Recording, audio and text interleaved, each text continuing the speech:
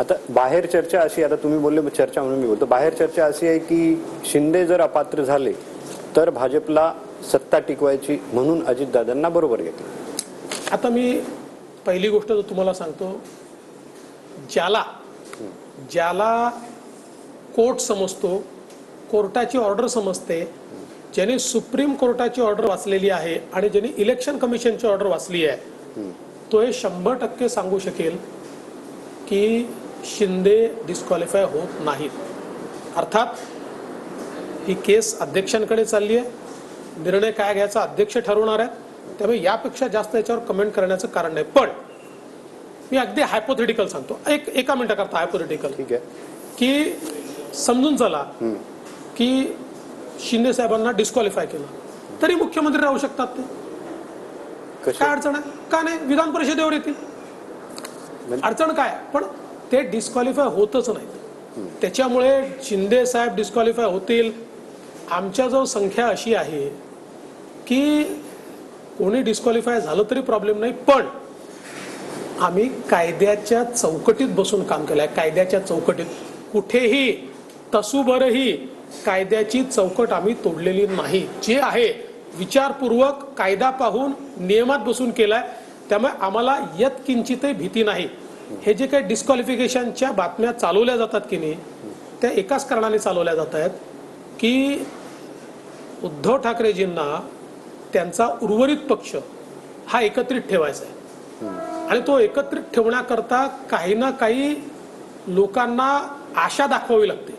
ती आशा ते दाखवतात, बघा हे डिस्क्वालिफाय होणार आहे, बघा हे डिस्क्वालिफाय होणार आहे, मग आपलंच आहे, अशी ही जी आशा ते दाखवतात ती भाबडी आशा आहे. त्यांच्या लोकांच्या आता लक्षात, सुरुवातीला त्यांच्या लोकांना खरं वाटायचं, आता त्यांच्या लक्षात आलं की हे काही होणार नाहीये, हे सरकार पूर्ण वेळ चालणार आहे, हे त्यांच्या लोकांना आता माहिती. म्हणजे तुम्ही आज हे क्लिअर केलं की लोकांच्या डोक्यात जे होतं की जर अपात्र झाले शिंदे तर ते मुख्यमंत्री पदावरून जातील. भाजपचा एक बी प्लॅन आहे त्यात की ते विधान परिषदेवर येतील. नाही, बी प्लॅन काय? बी प्लॅनची गरजच नाही आहे. There is no B plan, there is only a plan. आणि तो ए प्लॅन आहे शिंदेच मुख्यमंत्री राहतील आणि ते डिस्क्वालिफाय होणार नाहीत याची आम्हाला पूर्ण खात्री आहे, कारण आम्ही कायद्याचा अभ्यास केलेला आहे. म्हणजे अजितदादा बी प्लॅन नाही याचा दुसरा अर्थ हाही होतो ना की आता तुम्हाला सांगतो, हा तुम्हाला अजितदादांना जरी तुम्ही बोललात तरी ते तुम्हाला हेच सांगतील की ज्यावेळी अजितदादा सोबत आले त्यावेळेस त्यांना 100% क्लॅरिफाय करून सांगितलेलं आहे की मुख्यमंत्री एकनाथराव शिंदेच राहतील आणि त्यांनी ते मान्य केलेलं आहे. हाच माझा पुढचा प्रश्न होता की भाजपने अजितदादांना काही शब्द दिलेला आहे का की काही झालं तर ते मुख्यमंत्री होतील किंवा तुमचा गट आला तर तुम्ही अजितदादा मुख्यमंत्री म्हणून? आम्ही त्यांना उपमुख्यमंत्री करण्याचा शब्द दिला होता, तो आम्ही पूर्ण केलेला आहे. पण त्याच वेळी त्यांना हे सांगितलं होतं की मुख्यमंत्री एकनाथराव शिंदेच राहतील. पहिल्याच सभेत मग दादांनी असं का सांगितलं की मलाही मुख्यमंत्री बनायचं? नाही, त्याला काय अडचण आहे? हा, असं आहे, अजितदादा एक अनुभवी नेते आहेत, सर्वात जास्त काळ उपमुख्यमंत्री राहिलेले नेते आहेत. त्यामुळे महाराष्ट्राबद्दल त्यांच्या काही संकल्पना असू शकतात, मुख्यमंत्री म्हणून त्यांची काही स्वप्न असू शकतात, त्याबद्दल बोलणं चुकीचं नाही आहे. पण अजितदादा हे मॅच्युअर्ड पॉलिटिशियन आहेत, त्यांना वस्तुस्थिती समजते.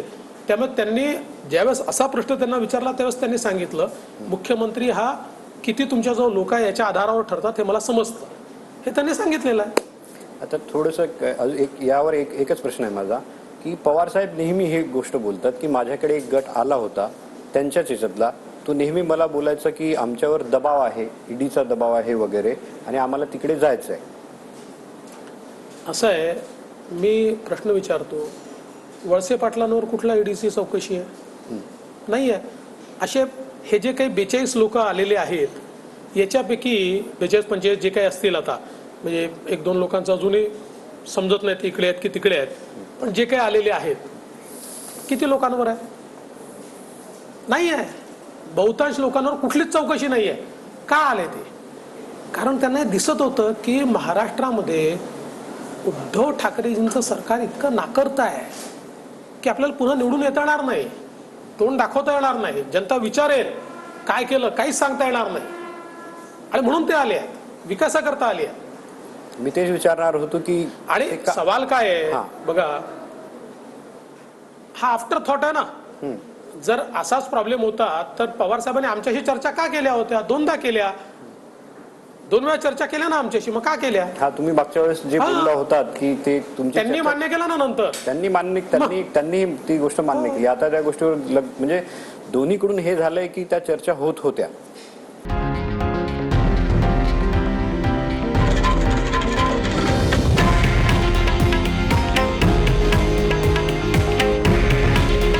हे आहे देशातील नंबर 1 न्यूज नेटवर्क आणि आपण पाहत आहात TV9 मराठी.